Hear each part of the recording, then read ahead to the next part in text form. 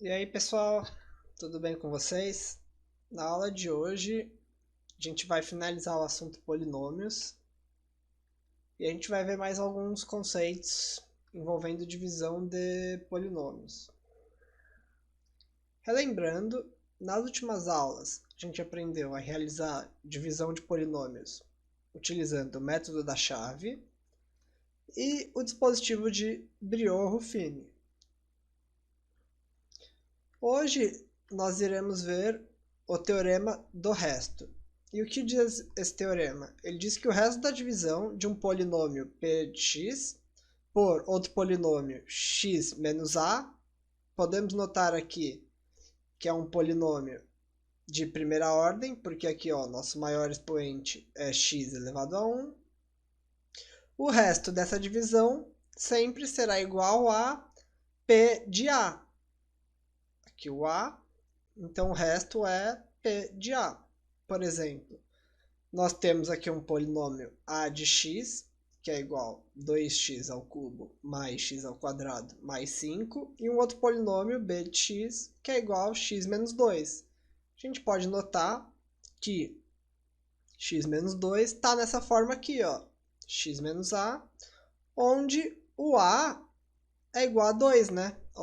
Aqui onde está o a, tem o 2, então o a é igual a 2. Então, como que a gente faz para achar o resto? O resto, como fala o teorema, é p de a. Então, é só trocar todos os x por 2, né? Achar o p de 2. Vamos trocar, então, o x por 2.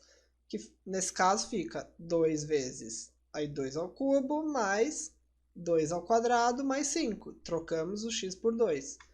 Resolvendo isso, p de 2 é igual a 2 vezes 8, mais 4 mais 5, que é a mesma coisa que o resto de x. Nesse caso, como o resto não varia em função de x, o resto é uma constante, que é igual a 25.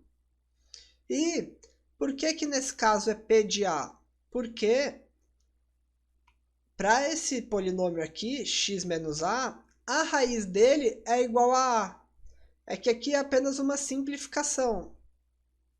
Mas o resto da divisão de um polinômio p de x por um outro polinômio qualquer de primeira ordem vai ser sempre p da raiz desse polinômio.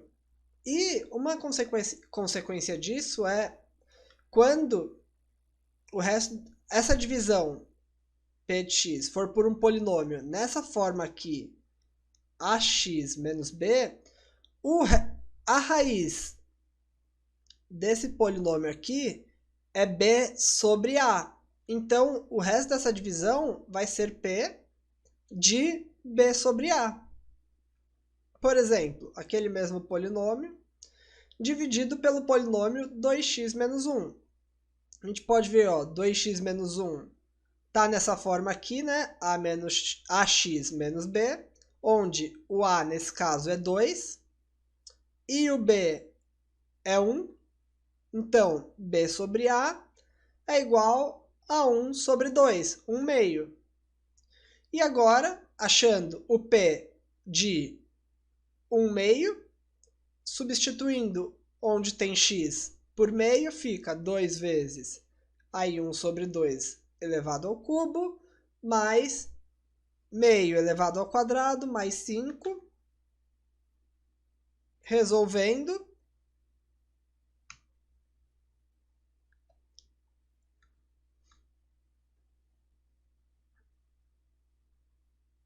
chegamos em 2 quartos mais 5, fazendo o MMC, P de 1 meio é igual a 11 meios. Esse aqui é o resto. O resto dessa divisão aqui, de P de x por 2x menos 1. E agora nós vamos ver o teorema de D'Alembert.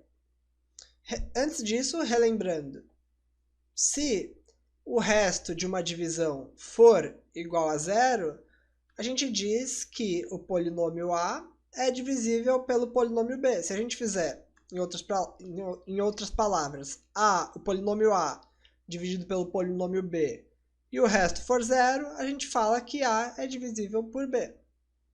E o que diz esse teorema? É meio que uma consequência do teorema do resto, e ele fala que um polinômio p de x é divisível por x menos a, se e somente se o p de a for igual a zero. Por exemplo, temos esse polinômio a de x, que é igual a x à quarta mais 2x ao quadrado menos 3, e ele é divisível por esse polinômio aqui, b de x, que é igual a x menos 1. Vamos ver se ele é divisível mesmo? Como que a gente vai fazer isso? Vamos pegar e ver se, como aqui ó, a gente pode ver que ele está naquela forma, x menos a, sendo que nesse caso o a é 1, e vamos ver se o p de 1 é igual a 0. O a é igual a 1, vamos fazer o p de 1, vamos substituir o x por 1, fica 1 à quarta mais 2 vezes 1 ao quadrado menos 3. Resolvendo, o p de 1, que é igual ao resto, é igual a 0. Então, a gente pode falar que esse polinômio aqui, esse polinômio a, é divisível por esse polinômio b. E agora, vamos ver mais um conceito, que é a divisão pelo produto. O que diz a divisão pelo produto? Ele diz que um polinômio p de x é divisível por um produto x menos a vezes x menos b, sendo que a tem que ser diferente de b, se e somente se o p de x for separadamente divisível por x menos a e por x menos b. Então, ele tem que ser divisível tanto por esse polinômio quanto por esse separadamente, ou seja, se a gente pegar e fazer esse polinômio p de x dividido por esse aqui, o resto der zero, depois a gente acabar fazendo por esse aqui, e o resto também dá zero, a gente pode falar que o polinômio p de x é divisível por todo esse produto aqui. Por exemplo, agora um exemplo que vai juntar o conteúdo das nossas últimas aulas e qual que é o enunciado. Ele pede para a gente determinar o a e o b para que esse polinômio aqui, ó, p de x, que é igual a x ao cubo menos 3x ao quadrado mais ax mais b, não conhecemos o a e nem o b, e ele pede para a gente achar o a e o b de forma que ele seja divisível por esse outro polinômio aqui, x ao quadrado menos 1. Certo?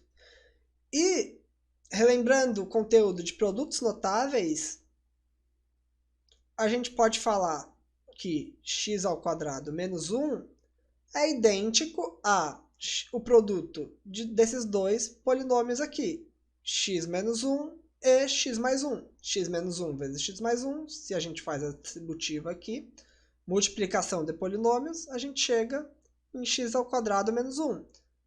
E isso aqui, ó, esses dois polinômios aqui de primeira ordem estão nessa forma aqui.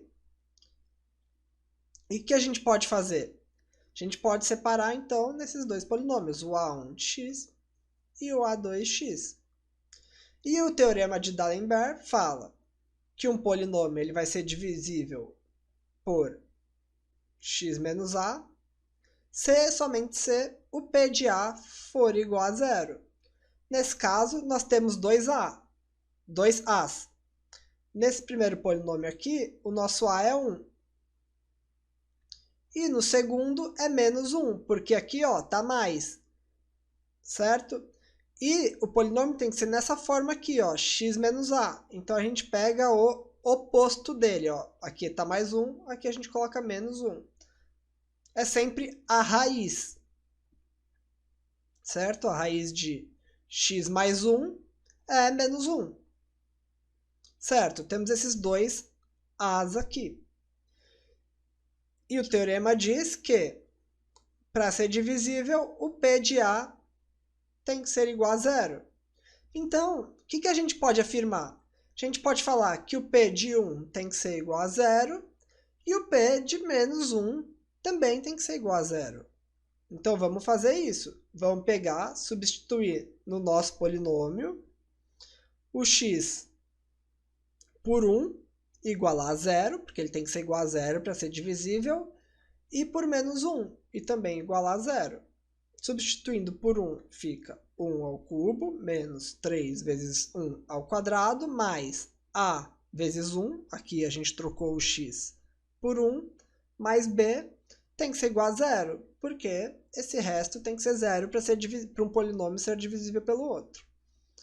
E da mesma forma, para o menos 1 ao cubo, menos 3 vezes menos 1 ao quadrado, mais a vezes menos 1, mais b tem que ser igual a zero.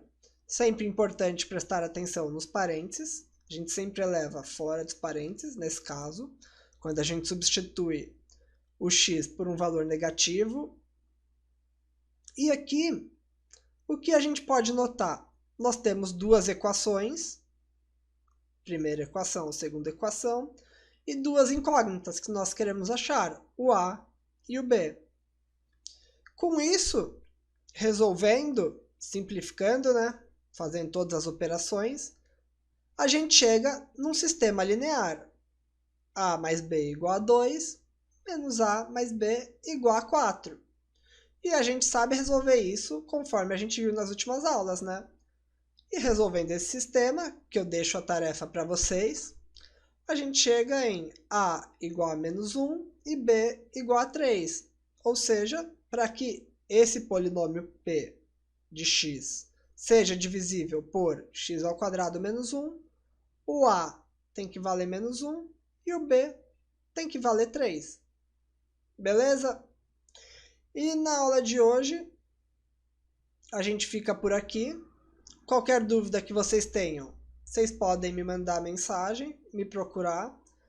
E com isso a gente finaliza o assunto polinômios. E até a próxima aula, pessoal!